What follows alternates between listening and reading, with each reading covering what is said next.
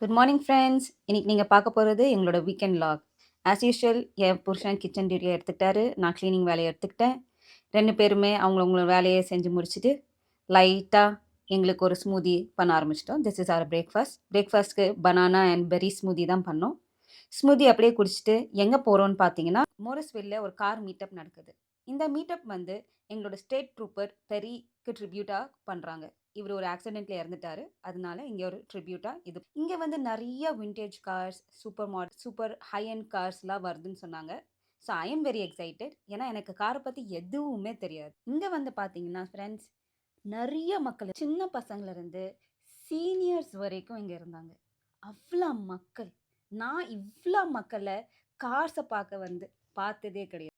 இங்கே நிறைய கார்ஸ் ஃப்ரண்ட்டை பொளந்துட்டு இருந்துச்சு, பேக்கை பொளந்துட்டு இருந்துச்சு. இதெல்லாம் பார்த்து எனக்கு சிரிப்பாக வந்துருச்சு. ஆனால் என் ஹஸ்பண்ட் கிரேசி ஆயிட்டாரு. அவர் எங்கே போகிறதுன்னு தெரியாமல் இங்கேயும் அங்கேயும் தத்தளிச்சுட்டு இருந்தார். இங்கே சூப்பர் ஃபன்னாக இருந்துச்சு. ஈவெண்ட் முடிச்சு வீட்டுக்கு வந்து ரெஸ்ட் எடுத்து இந்த வீடியோவில் என்னால் எல்லா கார்ஸும் கவர் பண்ண முடியல. நான் உங்களுக்கு ஷார்ட்ஸாகவும் ஒரு வீடியோ அப்லோட் பண்ணுறேன், ஃபுல் லென்த் வீடியோவும் ஒன்று அப்லோட் பண்ணுறேன். பிடிச்சிருந்தா லைக் பண்ணுங்கள். டின்னருக்கு என்ன பண்ணலான்னு பிளான் பண்ணிகிட்டே இருக்கும்போது என் ஹஸ்பண்டும் வந்து கேட்டார்.